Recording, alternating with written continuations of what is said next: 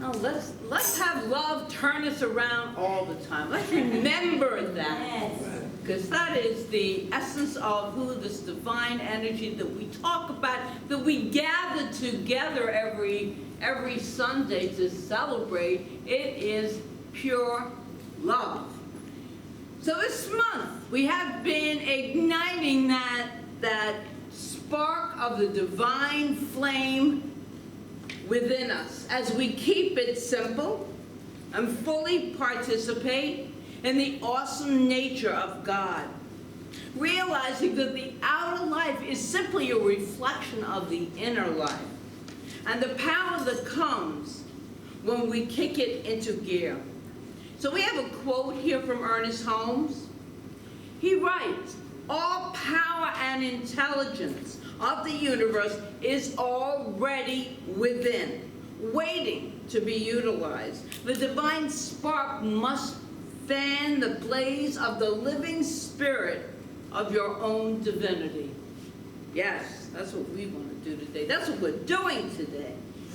And as we fan that divine spark within and that blaze of the living fire of our own divinity, we do this by looking at the nature of God, which is us too.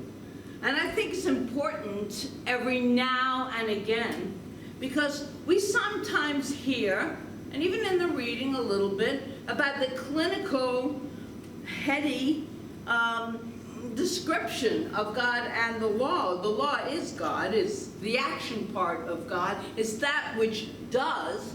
So the law of God is always doing exactly what we think, feel, and speak. So be careful with what you think, feel, and speak. We can look at God. Oh, this is Ernest Holmes. I'm just going on. It's all the same.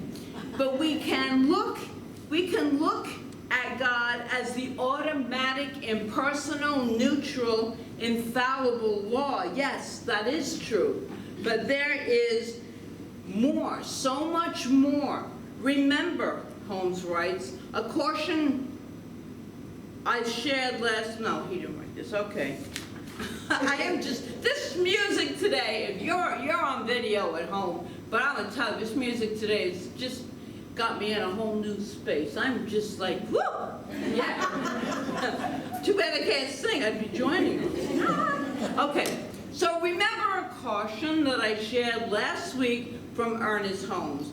To be careful not to reduce God to a mathematical principle, an abstract form of the law of cause and effect. Because if we do that, we shall take all the color and warmth, which is the beauty, the expansiveness, the infiniteness of the divine. We will forget that that's the essence, and that's our essence as well. And the essence of God is awesome. Awesome love, awesome power, awesome creativity, awesome vastness. We automatically diminish and lessen its awesomeness just by trying to describe it, because it's this infinite awesomeness of all that is, was, and ever could ever be. So, but we try, because we're human, and we would like to celebrate a higher power, so we put it into words. So it's really not possible to talk fully about God and God's awesome nature. It has to be felt. It has to be felt on a deep level, which is indescribable. Some kinds of love are like that. They are indescribable. And for us to put them into words, sometimes it's just not possible. It's just not possible to describe that love of God, the awesomeness of God. But with that caveat, we're going to do that today, as well as we can. Because I think God has an awesome sense of humor. I want to start really think about that. I think about things in my life, and I think God has that sense of humor. This is like not even of me. This is. But anyway, this is from a child. This is a child's perspective in the definition of God for a homework assignment. And his name was, he's from Chula Vista, California. He's age 8, and his name is Danny Dutton.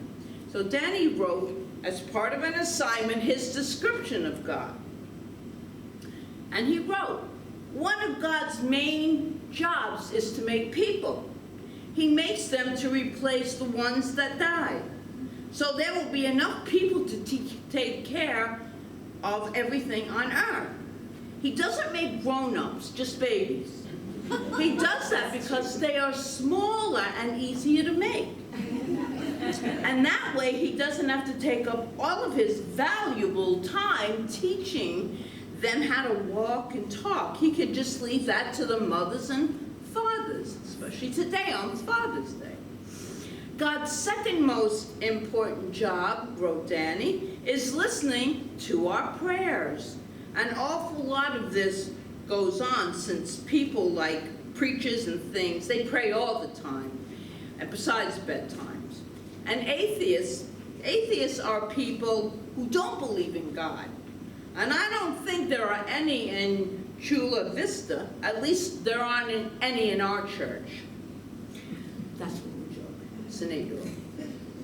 Jesus is God's son, he wrote. He uses him to do all the hard work, like walking on water, performing miracles. And people finally got tired of Jesus preaching to them, so they crucified him. But he was good and kind like his father. And he told his father that they didn't know what they were doing and to forgive them. And God said, okay. His dad, God, appreciated everything that he had done and all the hard work on earth. So he told him he didn't have to go on the road anymore. He could now stay in heaven. So he did. Now he helps his dad by listening to prayers and seeing things which are important for God to take care of, and which things he can take care of himself without having to bother God. If you don't believe in God, besides being an atheist, you will be very lonely because your parents can't go everywhere with you, like to camp, but God can. It is good to know he's around when you're scared in the dark, or when you can't swim and the big kids push you in the water. But you shouldn't just think of what God can do for you. You should always go to church on Sunday. Everyone out there, you should always go to church on Sundays. From an 8-year-old, yeah. Because it makes God happy. Don't skip church to do something you think will be more fun, like going to the beach. This is wrong. And besides, the sun doesn't come out fully until noon anyway. I figure God put me here, and he can take me anytime he pleases. And that's what God means to me. So that is from 8-year-old Danny Chula. And then we have a Charles Fillmore, the founder of Unity, a co-founder with his wife Myrtle, who wrote about what God means to him or is to him. God is spirit, infinite mind, the eminent force and intelligence everywhere manifest in nature. God is the silent voice that sparks into visibility all the life there is. The power builds with hands deft beyond our comprehension and keeps going with all the intricate machinery, universe upon universe, one within another, yet never conflicting, is always building from the center to the circumference. And that's from Charles Fillmore. Infinite, infinite, infinite possibilities, because life is infinite and is completely inclusive. No one can possibly be left out. If you truly believe in these teachings and truth teachings, that's what they are. They are truth teachings. God just didn't make this group of people and left that group out. It doesn't even make any sense to me. all are included in this creativity that truly manifested all that is and all that could ever be. And I'm going to give you a physical perspective for a moment, using an analogy of Robert Jastrow, the head of NASA Goddard Center. And stay with me on this one. And he suggested, this is just to show how vast. Our sun equals the size of an orange, right?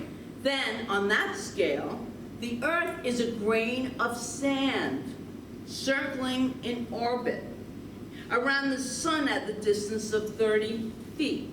The planet Jupiter, 11 times larger than the Earth, is a cherry pit revolving at a distance of 1 city block from the sun. Saturn is another cherry pit 2 blocks from the sun. And Pluto, our outermost planet, and it was until 2006 when it was demoted, but it still doesn't make a difference. It's another grain of sand at a distance of 10 city blocks from the sun.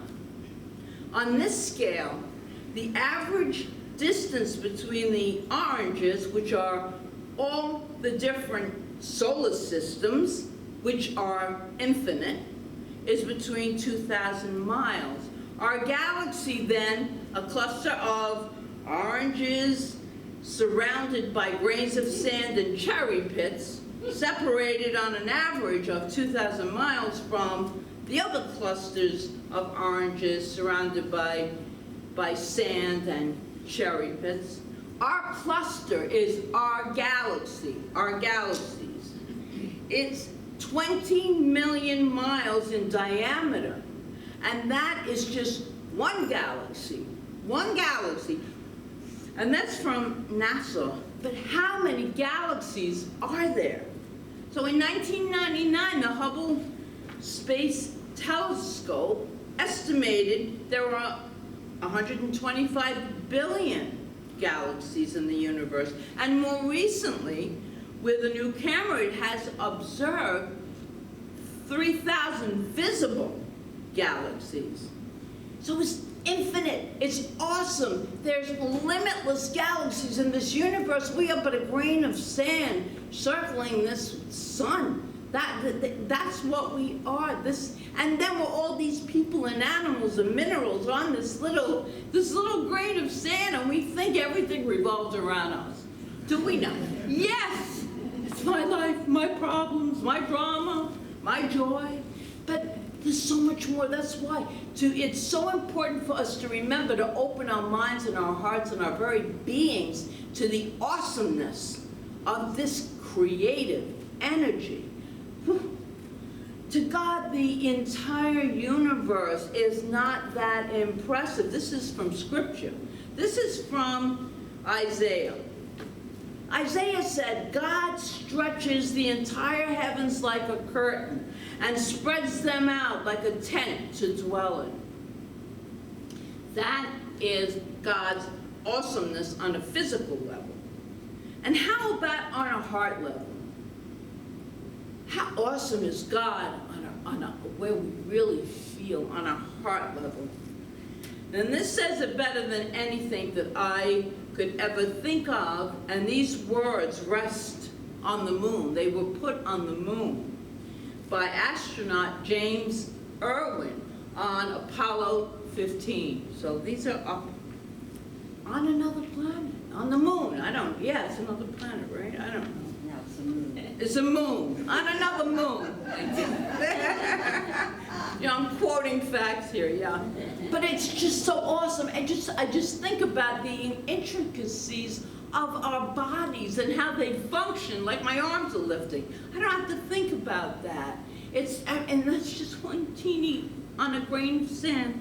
Anyway, this is, I want you to hear these words and see, and I want you to feel how awesome God really is. So this is a poem entitled, I Am There, by James Dillard Freeman. And this is on the moon. So let's close your eyes and just listen to these words. because they're better than mine. Do you need me? I am there.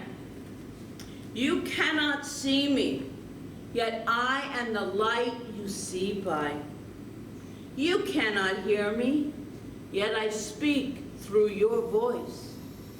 You cannot feel me, yet I am the power at work in your hands. I am at work, though you do not understand my ways. I am at work, though you do not understand my works. I am not strange visions. I am not mysteries. Only in absolute stillness beyond self can you know me as I am, and then, but as a feeling and a faith. I am here, yet I hear, yet I answer. When you need me, I am there. Even if you deny me, I am there. Even when you feel alone, I am there. Even in your fears, I am there. Even in your pain, I am there. I am there when you pray, and I am there when you do not pray. I am in you, and you are in me. Only in your mind can you feel separate from me, for only in your mind are the midsts of yours and mine. Yet only with your mind can you know me and experience me. Empty your hearts of empty fears. When you get yourself out of the way, I am there. You can do nothing of yourself, but I can do all. And I am in all. Though you may not see the good is there because I am. Only in me does the world have meaning. Only out of me does the world take form. Only because of me does the world go forward. I am the law on which the movement of the stars and the growth of the living cells are founded. I am love. That is law fulfilling. I am assurance.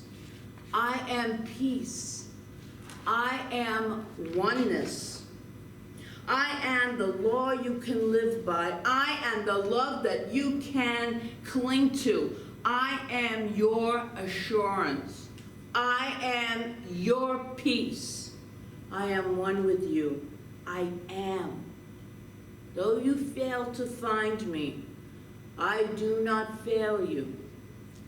Through your faith, though your faith in me is unsure, my faith in you never wavers. Because I know you, because I love you. Beloved, I am there. And that was placed on the moon. So we know fully and completely there is only oneness. There is only unity. In absolute truth, there is only love. For the awesome nature of the divine can never be separated from that which it creates. All of life is included in this awesome unity of the oneness. As we recognize Juneteenth and Father's Day, as we celebrate the LGBTQ+, we know that we are all included in God's love. We know we are unified in this love, and that each one is a unique, awesome expression, beautiful expression of the one love, the absolute infinite awesomeness of God, the divine, We are because I am. So